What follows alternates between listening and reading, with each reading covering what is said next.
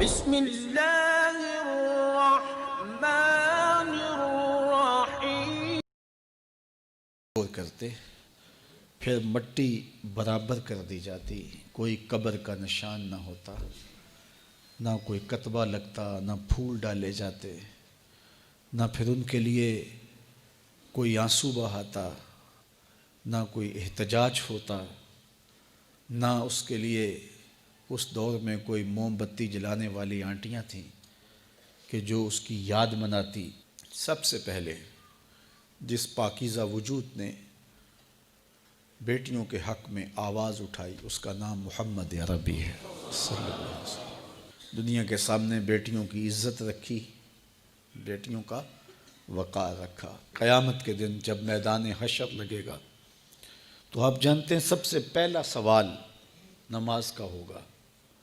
اور سب سے پہلا فیصلہ قتل کا ہوگا، اور ان میں ترجیحاً ان بچیوں کا کیس پہلے لایا جائے گا جو زندہ درگور کر دی گئی، اور احکم الحاکمین کا دربار ہوگا۔ ظالم مجرم باپ کھڑے ہوں گے، اللہ ان بچیوں سے سوال کرے گا تمہیں کس جرم میں قتل کیا گیا، تمہارا قصور کیا تھا۔ اسباب جرم تو مجرم سے پوچھے جاتے ہیں نا کہ تم نے یہ جرم کیوں کیا۔ علماء فرماتے ہیں کہ ان بیٹیوں کے ظالم باپ اس قابل نہیں ہیں کہ اللہ ان سے بات بھی کرے، اس لیے ان سے نہیں پوچھا جا رہا، ان بچیوں سے پوچھا جا رہا ہے بِأَيِّ ذَنبٍ قُتِلَتْ، تمہیں کس جرم میں قتل کیا گیا، کیا قصور تھا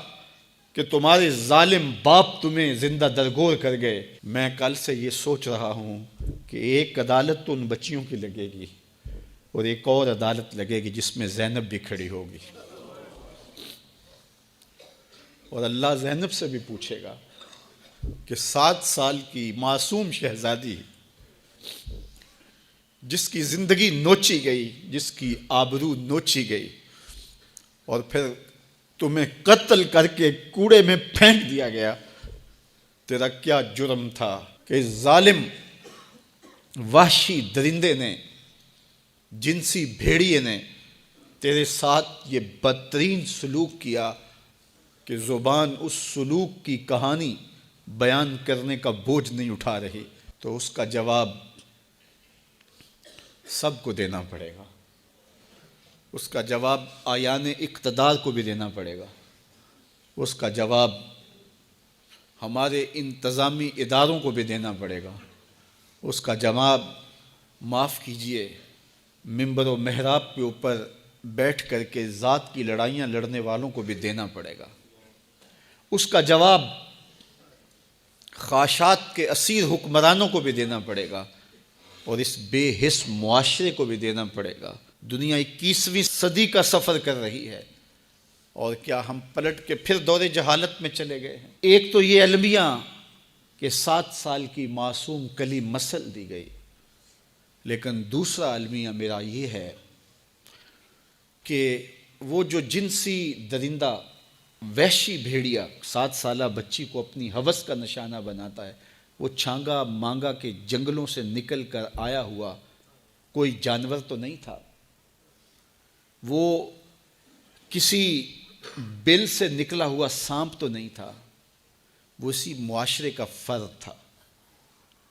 اس کو کسی ماں نے جنم دیا، کسی باپ کی آغوش تربیت میں رہا، کسی درس گاہ میں بھی گیا ہوگا،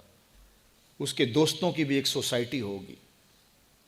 اس کے گھر کے قریب کوئی مسجد ہوگی جہاں کبھی کبھار وہ خطبہ جمعہ کے لیے شاید چلا جاتا ہو۔ کیا ان میں سے کوئی ایک بھی نہیں تھا جو اس کو درندہ بننے سے روک کے انسان بنا دیتے؟ تو مجھے پورا معاشرہ مجرم نظر آتا ہے۔ معاشرے کے حیا باختہ ماحول نے اسے بھیڑیا بنا دیا، اسے وحشی بنا دیا۔ تو آج میں اور آپ دیکھیں ہمارے تعلیمی ادارے بچوں کو پیسے کمانے والی مشین بنانے کی کوشش میں لگے ہوئے ہیں، اور والدین کی بھی خواہش ہے کہ ڈاکٹر بنے تو پیسے زیادہ کمائے گا یا انجینئر بنے تو پیسے زیادہ کمائے گا۔ تو ہم بچوں کو انسان بنانے کے لیے سکول کالج میں نہیں بھیجتے، پیسے کمانے والی مشین بنانا چاہتے ہیں۔ مجھے معاف کیجئے گا، دینی ادارے، مسجدیں، خانقاہیں، منبر و محراب اپنی ذمہ داریوں سے کما حقہ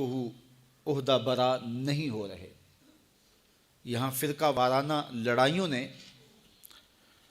ہمارے وہ موضوع چھین لیے جس سے قوم سازی کا عمل ہوتا تھا۔ ہمارے آیان اقتدار،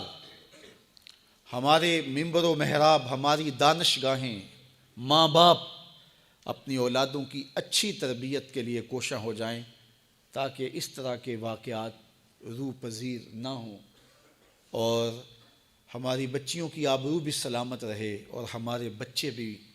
جنسی درندے نہ بنیں۔ حکمرانوں کی شکلیں دیکھیں، ان کے مکروہ چہرے دیکھیں اور ان کے رسمی بیان دیکھیں، پھر احتجاج کرنے والوں کو گولیوں کی بوچھاڑ سے بھون دینا، وہ فیض آباد میں ہوں یا ماڈل ٹاؤن میں ہوں یا قصور میں ہوں۔ یہ ہمارے حکمرانوں کے مکروہ چہرے ہیں جس سے نقاب اتر گیا ہے، لیکن ہماری قوم پھر بھی ان کو اپنا نجات دہندہ سمجھتی ہے۔ تو پھر کاٹیے سزا، پھر ایک زینب نہیں گلی گلی زینب ہوس کا نشانہ بنیں گی، پھر ایسے جنسی درندے گھر گھر سے نکلیں گے اور یہ معاشرہ انسانوں کا معاشرہ نہیں رہے گا، وحشیوں کا اور بھیڑیوں کا معاشرہ بن جائے گا۔ تو صاحب، ہمیں اپنے آپ کو بدلنا ہوگا، اپنے طرز زندگی کو تبدیل کرنا ہوگا، اپنے انداز تربیت پر غور کرنا ہوگا، والدین کو سوچنا ہوگا، اپنی بیٹیوں پہ بھی توجہ دینی ہوگی اور اپنے بیٹوں کے تیور پر بھی نگاہ رکھنی پڑے گی۔ تو آپ بھی اپنے اپنے دائرہ کار میں استاد ہیں، مدرس ہیں، باپ ہیں، عالم دین ہیں، جس بھی حیثیت میں آپ ہیں، اپنے گرد و پیش کے ماحول کو پاکیزہ کرنے کی کوشش کیجیے۔